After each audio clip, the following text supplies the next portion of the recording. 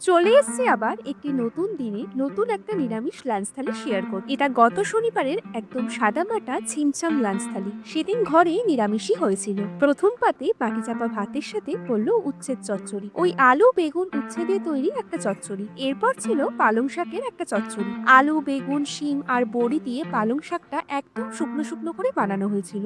এরপর ছিল বাঁধাকপি মটরশুঁটি দিয়ে তৈরি একদম সিম্পল নিরামিষ এই বাঁধাকপির তরকারিটা রুটি বলুন বা ভাত সব দিয়েই খেতে আমার বেশ লাগে। আর বাঁধাকপির তরকারিটা কি শুকনো শুকনো খাবো বলুন তো, তাই ছিল একদম নিরামিষ মুগ ডাল। আর একদম শেষ পাতে ছিল আমলকির আচার। শীতের এই থালি নিমেষে শেষ হয়ে যেতে বাধ্য যদি পাতে এত রকমের তরকারি থাকে। হ্যাঁ মানছি মাছ মাংস নেই, তবে এরকম বাঙালিয়ানা menu always is very close to my heart. তেতোটা দিয়ে আজকের লাঞ্চটা শুরু করলাম, আর তারপর পালং শাকটা দিয়ে ভাতটা মাখিয়ে খেলাম। আচ্ছা, আপনাদের কি এরকম নিরামিষ লাঞ্চ থালি ভালো লাগে?